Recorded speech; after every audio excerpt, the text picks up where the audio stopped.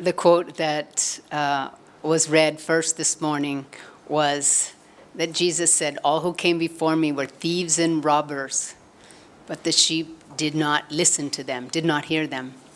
And as Vasudha read, what he was saying, it's not that all the great masters before him were thieves and robbers.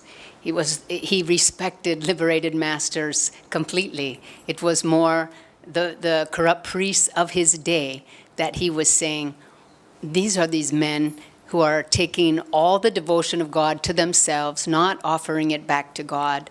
They're feeding their egos. They're corrupt. They're thieves and robbers. They have all these money tables out in front of the temple, and they are stealing the devotion that is owed to God. So that's what he meant by thieves and robbers. But Krishna was saying in the quotation down below, in the end of that reading, that even the wise are deluded by the ego.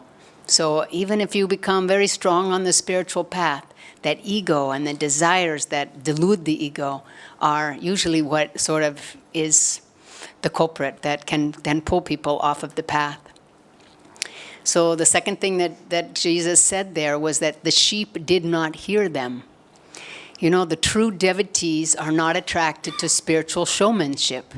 The true devotees know the vibration of a true master, or of true teachings, or of someone who's very sincerely trying to bring people, lives and hearts to God.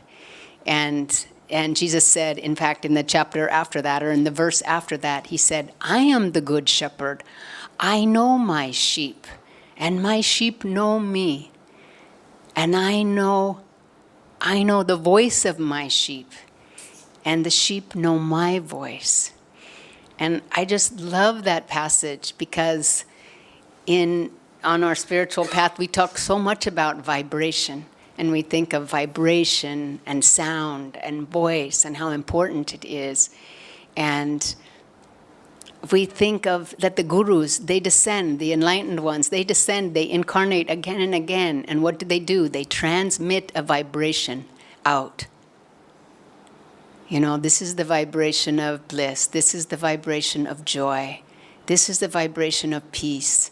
And in your souls, you all know this vibration, especially those devotees seeking me. And I'm putting out this vibration for all who can tune into it. Hearts tuned to ecstasy is a phrase that Yogananda used. And so they emanate this sound, and those of us who are attuned can hear that sound and follow it. Why else does Krishna have the flute?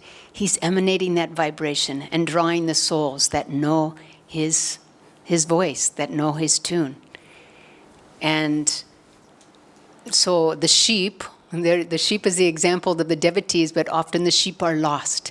And so just by the sound of that vibration, by the sound of that note, the sheep will say, "I know the direction, I know how to find my way again." And, we, in the last month or two, we've had some choir practices here, and we've had a couple concerts and songs in front of the congregation here. And we know the difference between singing a wrong note and singing a right note, because the wrong note sounds slightly off. But when we're all singing the same note, it's like we're all in tune. And suddenly we resonate together. And that's what we as disciples need to do with the vibration of the masters.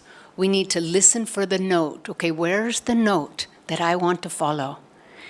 And then when we hear that note, our work as disciples is to tune into that note, to attune ourselves to that note, and stay in tune with it night and day and night. And that is our job.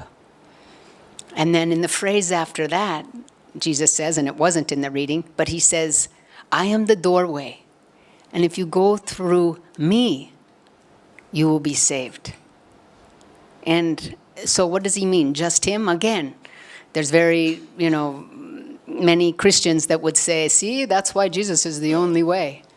But he wasn't saying that. He's saying, the consciousness of Christ, the consciousness of Krishna, Kutastha Chaitanya, this is the direction that you have to go before you reach freedom. You have to attain that consciousness of infinite stillness in creation. Because Yogananda said, what is Kutastha Chaitanya? What is Christ consciousness? It's the reflection of God in creation. So if God is unchangeable, unmanifest, infinite spirit, then what is the reflection of that in creation? We are all born in His image. So we all have that stillness. We all have that peace, that stillness within us. And so Yogananda called Christ consciousness, Kutastha Chaitanya, that absolute stillness in creation. So how do we find that stillness? From the first day of the basic meditation class, we ask people, observe your breath. Just come back to center. Bring your energy inward. Control your senses. And when your energy is inward, watch your breath. What happens at the center of every breath? There is a pause. There is a stillness. Dive deep into that stillness, and you will find the doorway. And you can look at it like a pendulum swing. As the pendulum swing becomes swinging less and less, it becomes to that point of stillness. So we can think of that as our breath. We can think of that as constant motion, from restlessness to stillness. And that's in all of creation, in all of duality. Creation was manifested by the vibration of Om. Unmoving spirit vibrated part of himself and became this movement that created everything in manifestation. So everything that's manifested has this duality. But that's why finding God and becoming liberated is moving from duality to oneness. And so the more still our minds become, the more we become perfect reflections. It's like a lake with ripples on the lake. And as those ripples become more still, the moon's light can be reflected perfectly. So we can reflect spirit perfectly if we can become more and more still, more and more at our center, more and more at peace. But what is it that keeps us from that? And what Krishna is saying in this chapter is it's the desires. It's the desires that just keep us constantly moving. And the desires would have us believe that by satisfying them, we will achieve some kind of happiness, or we will achieve freedom. The root, Yogananda says, the root of all delusion are our desires. So, but is it true if we satisfy a desire that we are happy? Or that we'll find freedom? No. Swami Kriyananda uses the example of if you have a fire and you keep feeding the fire, it just keeps getting bigger and bigger. You keep feeding that fire, keep satisfying desires. It's like continuing to add wood to the fire. And sometimes you can satisfy a big one. Let's say put a big piece of wood on the fire. Let's say, okay, my son finally got accepted into that university. Big piece of wood on the fire. Or, I finally found the perfect spouse. Big piece of wood on the fire. And what that does is it does subdue the fire for some time. The flames start to go down because we just put this big log on it. But then soon, it starts burning again, and the flames become bigger than ever. And it's just a never-ending process. Then I need another big desire to fill. I had the perfect child. I have the perfect house. But we know that these things cannot truly give our soul joy. Our soul is spirit. These things are in manifestation. It is still dual. It is not that oneness. And so Swami also gives an example of, any of us, we could be in a meadow, lying down.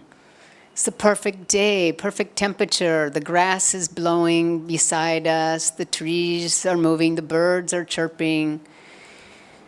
Wildflowers all around us. We're just in bliss, laying there. And why can't we just be in bliss forever? We think, I should take a picture of this. but my camera on my phone is not very good. I really wish I had that iPhone 10 or that iPhone X. It has the perfect camera on it. I could have had a great picture of all this. And then it begins, and then it begins. And then actually we are not happy until we have that iPhone 10. So desires rob us of our happiness. Instead of giving it to us, they rob us of it. And so what did they also can just take away our happiness. They can take away our health. If we're constantly also feeding the desires of our senses, it can ruin our health. If we spend our entire lives chasing after our desires, thinking with the belief that we one day will be free and that we will be at peace and we won't be restless and we'll be content, we can waste our whole lives. Because, we can say, well, what's wrong with a little desire? I can have one desire, two desires. It's never one or two. It's like the heart, with one desire across the heart heart is almost free. But do you guys know the story of Gulliver on the island? And then all those little people came and put threads all over him, and he had all these little threads, but he was so bound by all these threads he couldn't get up. That's our heart. So many threads of desires. And our heart is not free. And we want to free our heart. So what does Krishna say? Discipline the senses. Discipline the senses. We know how to do that. This is what we do. This is what the masters have taught us to do. We learn how to direct our senses, control our senses. This is classic yoga. Destroy desires by casting them out of your heart, he says. So we know how to do that. We know how to bring our energy in, gather at the heart. Every Sunday morning, we do the fire ceremony, offering these seeds of karma into Divine Mother's purifying light. We need to take these desires, offer them up. Take these desires, offer them up. And dwell in the indwelling self.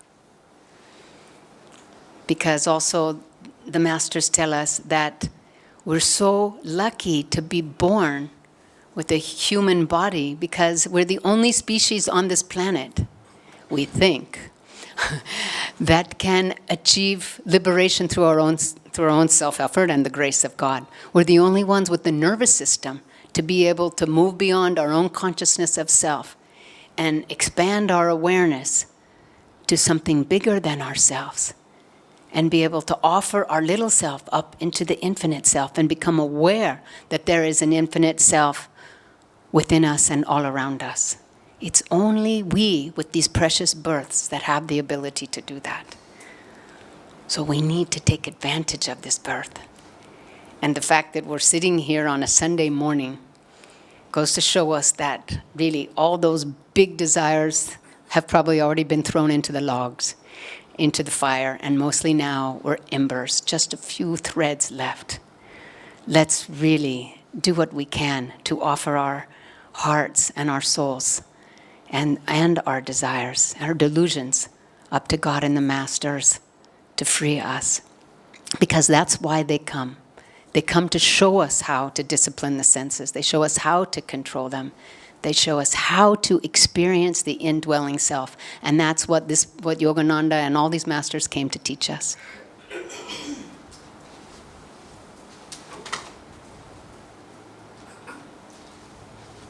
I'm going to end with this quote that is in the book God Alone by Sister Gyanamata, Yogananda's chief woman disciple. This was a quote not by her, but in her book.